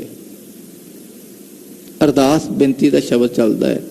ਰੱਬ ਜੀ ਕਿਰਪਾ ਕਰੋ, ਮੋਹਿ ਨਿਰਗੁਣ ਲੀਜੈ ਲਾੜੇ ਲਾਏ। ਆਪਣੇ ਪੱਲੇ ਲਗਾ ਲੋ ਜੀ। ਰਹਾਉ ਵਿਸ਼ਰਾਮ ਦੇ ਕੇ ਮਹਾਰਾਜ ਜੀ ਫਰਮਾਨ ਕਰਦੇ ਹਨ। ਪ੍ਰਭ ਚਿਤ ਆਵੈ ਤਾਂ ਕੈਸੀ ਪੀੜ। ਰੱਬ ਜੀ ਜੇ ਤੁਸੀਂ ਸਾਨੂੰ ਚੇਤੇ ਆ ਗਏ, ਚਿੱਤ ਆਵੈ। ਅਰਦਾਸ ਵਿੱਚ 3 ਵਾਰੀ ਅਸੀਂ ਆਖਦੇ ਹਾਂ, ਮਨ ਕਰਕੇ, ਬਚਨ ਕਰਕੇ ਤੇ ਕਰਮ ਕਰਕੇ। ਕੀ? ਵਾਹਿਗੁਰੂ ਵਾਹਿਗੁਰੂ ਵਾਹਿਗੁਰੂ। ਚਿੱਤ ਆਵੇ। ਤਿੰਨੋਂ ਤਰੀਕੇ ਨਾਲ ਸਾਡੇ ਅੰਦਰ ਆ ਕੇ ਵਸੇ। ਇੱਕ ਮਿੰਟ ਲਈ ਦੇਖੋ, ਇਹ ਕੀ ਚੀਜ਼ ਹੈ ਇੱਥੇ ਛਾਤੀ 'ਚ, ਜਿੱਥੇ ਆ ਕੇ ਵਸਦਾ ਹੈ ਰੱਬ। ਜਦੋਂ ਉੱਥੇ ਆ ਕੇ ਚਿੱਤ 'ਚ ਵਸ ਗਿਆ, ਫਿਰ ਤਾਂ ਕਮਾਲ ਹੀ ਹੋ ਜਾਏਗੀ ਨਾ।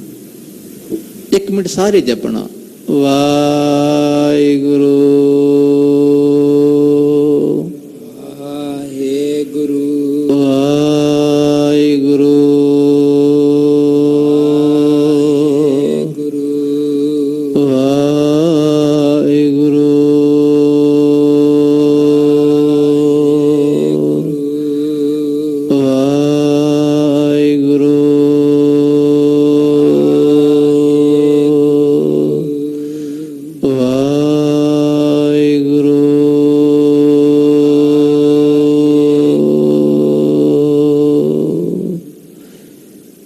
ਇਸ ਤਰ੍ਹਾਂ ਵਾਹਿਗੁਰੂ ਉਹਦੀ ਕਿਰਪਾ ਨਾਲ ਅੰਦਰ ਹੀ ਵਸਦਾ ਜਾਂਦਾ ਹੈ।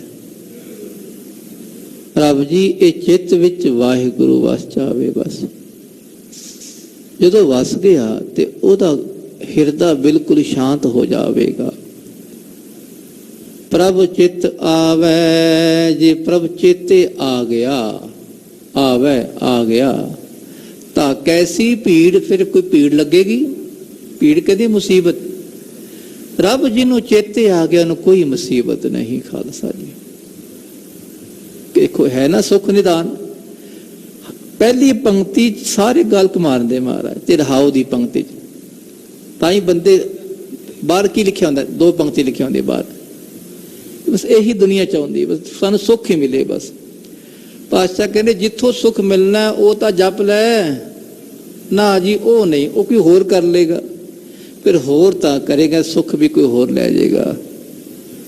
ਪ੍ਰਭ ਚਿੱਤ ਆਵੈ, ਜੇ ਪ੍ਰਭੂ ਜੀ ਨੂੰ ਚੇਤੇ ਹਿਰਦੇ ਜਿਹਦੇ ਆਗੇ ਟਿਕਿਆ, ਤਾਂ ਕੈਸੀ ਭੀੜ, ਉਹਨੂੰ ਕੋਈ ਭੀੜ ਨਹੀਂ ਲੱਗਣੀ। ਹਰ ਸੇਵਕ ਨਾਹੀ ਜਮ ਪੀੜ। ਰੱਬ ਦੇ ਸੇਵਕ ਨੂੰ ਕੋਈ ਜਮਾ ਦੀ ਪੀੜ ਕਹਿੰਦੇ ਦੁੱਖ ਨਹੀਂ। ਪਹਿਲਾਂ ਭੀੜ ਸੀ, ਭੀੜ ਮੁਸੀਬਤ ਤੇ ਪੀੜ ਦੁੱਖ। ਰੱਬ ਦੇ ਪੀੜਾ, ਆਮ ਕਹਿੰਦੇ ਦਰਦ ਬੜਾ ਹੋ ਰਿਹਾ ਜੀ, ਸਰੀਰ ਵਿੱਚ ਦਰਦ ਹੁੰਦਾ ਹੈ, ਮਨ ਵਿੱਚ ਦੁੱਖ ਹੁੰਦਾ ਹੈ, ਪੀੜਾ ਹੁੰਦੀ ਹੈ। ਬੰਦਾ ਬੈਠਾ ਹੁੰਦਾ ਕਈ ਵਾਰੀ, ਮਨ ਸੋਚਦਾ ਰਹਿੰਦਾ ਵੀ ਕੀ ਹੋਵੇਗਾ, ਕੀ ਹੋਵੇਗਾ। ਪੁਰਾਣੀ ਯਾਦਾਂ ਆ ਕੇ ਜੁੜ ਜਾਂਦੀਆਂ, ਪੁਰਾਣੇ ਦੁੱਖ ਸੁੱਖ ਆ ਜਾਂਦੇ, ਉਹ ਪੀੜਾ ਹੈ। ਜਦੋਂ ਮਨ ਉਹਦੇ ਨਾਲ ਜੁੜ ਜਾਵੇ, ਪੁਰਾਣੇ ਦੁੱਖ ਨਾਲ, ਉਹ ਪੀੜਾ ਆ ਜਾਂਦੀ ਹੈ। ਦੁੱਖ ਤਾਂ ਆਏ ਤਾਂ ਕਈ ਲੰਘ ਗਏ, ਦੁੱਖ ਆਏ ਲੰਘ ਗਏ, ਬੰਦਾ ਫਿਰ ਦੁੱਖਾਂ ਨੂੰ ਸੋਚੀ ਜਾਵੇ, ਉਹਨੂੰ ਕਹਿੰਦੇ ਪੀੜ। ਦੁੱਖਾਂ 'ਚ ਹੀ ਪੀੜਾ, ਦਰਦ ਹੁੰਦਾ ਨਾ। ਸਮਝ ਲਓ ਕੋਈ ਚੋਟ ਲੱਗ ਗਈ, ਚੋਟ ਲੱਗ ਗਈ, ਉਹ ਜਿਹੜੀ ਦਰਦ ਹੋ ਰਹੀ ਹੈ ਉਹਦੇ ਵਿੱਚ ਆਪਣਾ ਮਨ ਜੋੜ ਲਵੇ ਤਾਂ ਕਹਿੰਦੇ ਪੀੜ ਹੋ ਰਹੀ ਹੈ। ਤਾਂ ਹੀ ਤਾਂ ਗੁਰੂ ਕੀ ਫੌਜਾਂ, ਨਿਹੰਗ ਸਿੰਘ ਜੀ ਜਦੋਂ ਜੰਗਾਂ ਯੁੱਧਾਂ ਸਨ, ਖਾਲਸਾ ਜੀ ਉਹ ਜਦੋਂ ਇਤਨੇ ਫਟ ਲੱਗਦੇ, ਪਰ ਧਿਆਨ ਉਹਨਾਂ ਵਿੱਚ ਨਹੀਂ, ਧਿਆਨ ਵਾਹਿਗੁਰੂ ਚ ਹੁੰਦਾ ਸੀ ਉਹਨਾਂ ਦਾ, ਕੋਈ ਪੀੜਾ ਨਹੀਂ ਉਹਨਾਂ ਨੂੰ। ਪੀੜ ਮੰਨਣੀ ਹੁੰਦੀ ਹੈ। ਤੇ ਰੱਬ ਦੇ ਪਿਆਰੇ ਜਿਹੜੇ ਹਰ ਸੇਵਕ, ਉਹ ਰੱਬ ਦੇ ਪਿਆਰੇ ਨਾਮ ਵਿੱਚ ਲੀਨ, ਨਾ ਹੀ ਜਮ ਪੀੜ, ਉਹਨਾਂ ਨੂੰ ਜਮਾ ਦੀ ਪੀੜਾ ਵੀ ਨਹੀਂ ਲੱਗਦੀ। ਖਾਲਸਾ ਜੀ, ਬੰਦਾ ਇੱਥੇ ਬੈਠਾ, ਉਹਨੂੰ ਜਮਾ ਦਾ ਦੁੱਖ ਹੋਣੇ ਵਿਆਪਦਾ ਵੀ ਅੱਗੇ ਕੀ ਹੋਵੇਗਾ, ਇੱਥੋਂ ਹੀ ਦੁੱਖ ਸ਼ੁਰੂ ਹੋ ਜਾਂਦਾ ਹੈ। ਪਰ ਰੱਬ ਦੇ ਪਿਆਰਿਆਂ ਨੂੰ ਨਾ ਇੱਥੇ ਦੁੱਖ, ਨਾ ਅੱਗੇ ਦੁੱਖ। ਸਰਬ ਦੁੱਖ ਹਰ ਸਿਮਰਤ ਨਸੇ, ਸਾਰੇ ਦੁੱਖ ਵਾਹਿਗੁਰੂ ਵਾਹਿਗੁਰੂ ਜਪਣ ਨਾਲ ਨਸੇ, ਨਸ ਗਏ, ਭੱਜ ਗਏ, ਆਪੇ ਦੌੜ ਗਏ। ਜਾ ਕੈ ਸੰਗ ਸਦਾ ਪ੍ਰਭ ਬਸੈ। ਤੇ ਖਾਲਸਾ ਜੀ ਕਿਹਦੇ ਦੁੱਖ ਨਸੇ? ਹੁਣ ਦੇਖੋ, ਦੋ ਪੰਕਤੀਆਂ ਦੇ ਸ਼ਬਦ ਇਕੱਠੇ ਕਰੋਗੇ ਤਾਂ ਅਰਥ ਬਣੇਗਾ। ਦੋ ਪੰਕਤੀ ਦੁਬਾਰਾ ਇਕੱਠੀਆਂ ਪੜੋ ਜੀ। ਸਰਬ ਦੁੱਖ ਹਰ ਸਿਮਰਤ ਨਸੇ, ਰੱਬ ਦਾ ਸਿਮਰਨ ਕਰਨ ਨਾਲ ਸਾਰੇ ਦੁੱਖ ਨਸ ਗਏ। ਜਾ ਕੈ ਸੰਗ ਸਦਾ ਪ੍ਰਭ ਬਸੈ। ਜਿਹਦੇ ਸੰਗ, ਜਿਹਦੇ ਹਿਰਦੇ ਨਾਲ ਹਮੇਸ਼ਾ ਪ੍ਰਭੂ ਵਸਦਾ ਹੈ, ਤੇ ਜਿਹੜਾ ਉਹਦਾ ਸਿਮਰਨ ਕਰਦਾ, ਉਹਦੇ ਦੁੱਖ ਨਸ ਗਏ। ਜਾ ਕੇ ਜਿਹਦੇ ਸੰਗ, ਉਹ ਜਿਹਦੇ ਨਾਲ ਜਾ ਕੇ ਸੰਗ, ਸੰਗੇ, ਫਿਰ ਮਨ ਦੌੜਦਾ ਹੈ। ਮਨ ਨੂੰ ਪਤਾ ਹੀ ਨਹੀਂ ਅਜੇ, ਜਾ ਕੇ ਸੰਗੇ ਸਦਾ ਪ੍ਰਭ ਬਸੈ, ਜਿਹਦੇ ਨਾਲ ਹਮੇਸ਼ਾ ਪ੍ਰਭੂ ਵਸਦਾ ਹੈ। ਜੇ ਵਸਦਾ ਹੈ ਤਾਂ ਸਿਮਰਨ ਉਹ ਹੈ ਨਾ। ਸਿਮਰਨ ਜੇ ਯਾਦ ਹੈ ਹਰ ਵੇਲੇ, ਜੇ ਅੰਦਰ ਵਸ ਰਿਹਾ ਹੈ ਤਾਂ ਯਾਦ ਹੈ। ਜਿੱਥੇ ਯਾਦ ਹੈ ਉਥੇ ਸਾਰੇ ਦੁੱਖ ਨਸ ਗਏ। ਪ੍ਰਭ ਕਾ ਨਾਮ ਮਨ ਤਨ ਆਧਾਰ, ਤੇ ਉਹਨਾਂ ਗੁਰਸਿੱਖਾਂ ਦੇ ਮਨ ਦਾ, ਤਨ ਦਾ ਆਧਾਰ ਬਣ ਗਿਆ ਵਾਹਿਗੁਰੂ ਨਾਮ, ਪਰਮਾਤਮਾ ਦਾ ਨਾਮ। ਇੱਕ ਥਾਂ ਤੇ ਨਾਮ ਵੀ ਖਤਮ ਹੋ ਜਾਂਦਾ ਹੈ। ਉਹਨਾਂ ਗੁਰਸਿੱਖਾਂ ਦੇ ਹਿਰਦੇ ਵਿੱਚ ਜਦੋਂ ਹਿਰਦਾ ਨਾਮ ਨਾਲ ਲਵਾ ਲਵ ਹੋ ਜੇ ਨਾ, ਫਿਰ ਨਾਮ ਜਪਣ, ਜੇ ਭਰ ਗਿਆ ਨੱਕੋ ਨੱਕ, ਨੱਕੋ ਨੱਕ ਭਰੀ ਗਿਆ ਤੇ ਸਾਰੇ ਪਾਸੇ ਨਾਮ ਹੀ ਨਾਮ ਰਵੇਗਾ।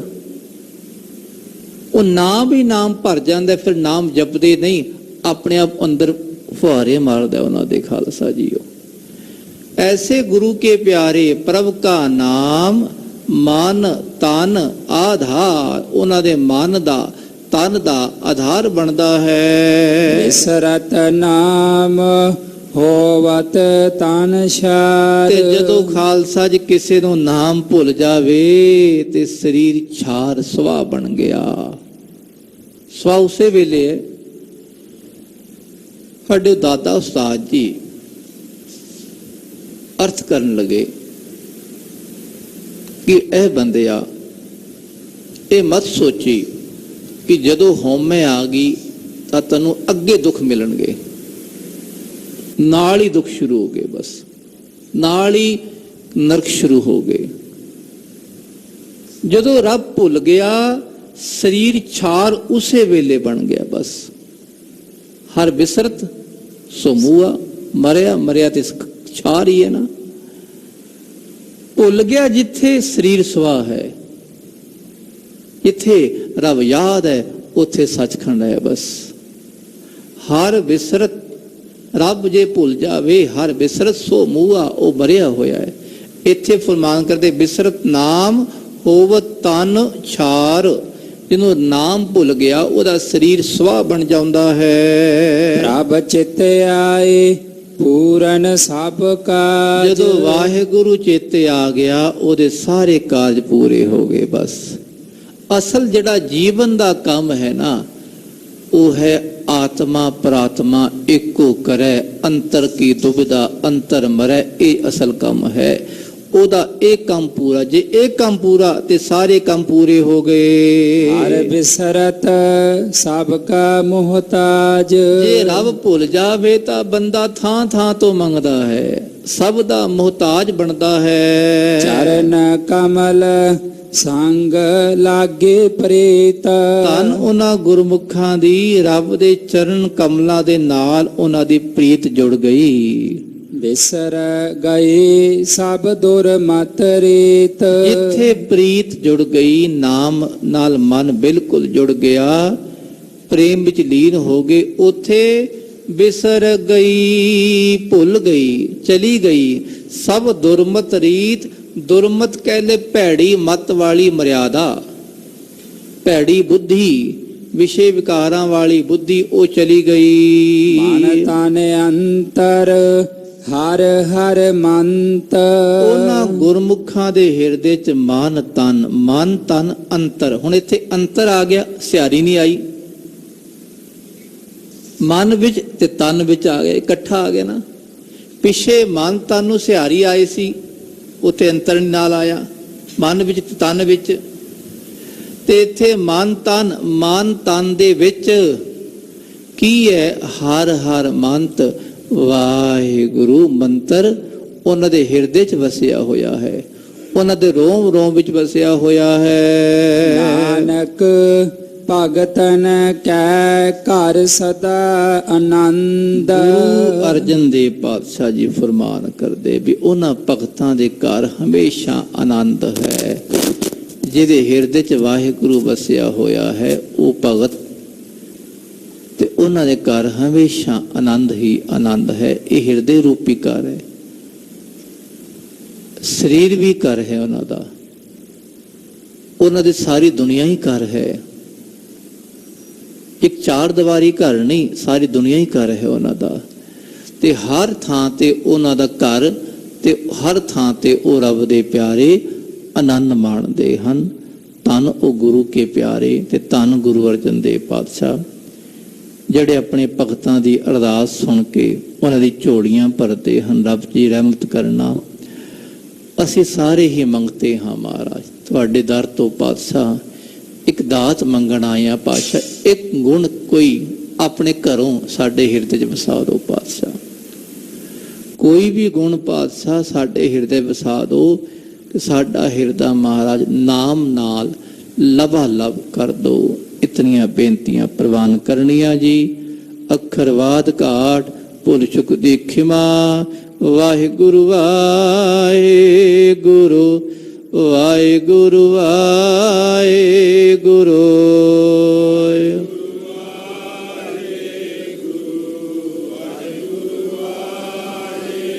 ਵਾਹਿਗੁਰੂ ਵਾਹਿਗੁਰੂ ਵਾਹਿਗੁਰੂ ਵਾਹਿਗੁਰੂ।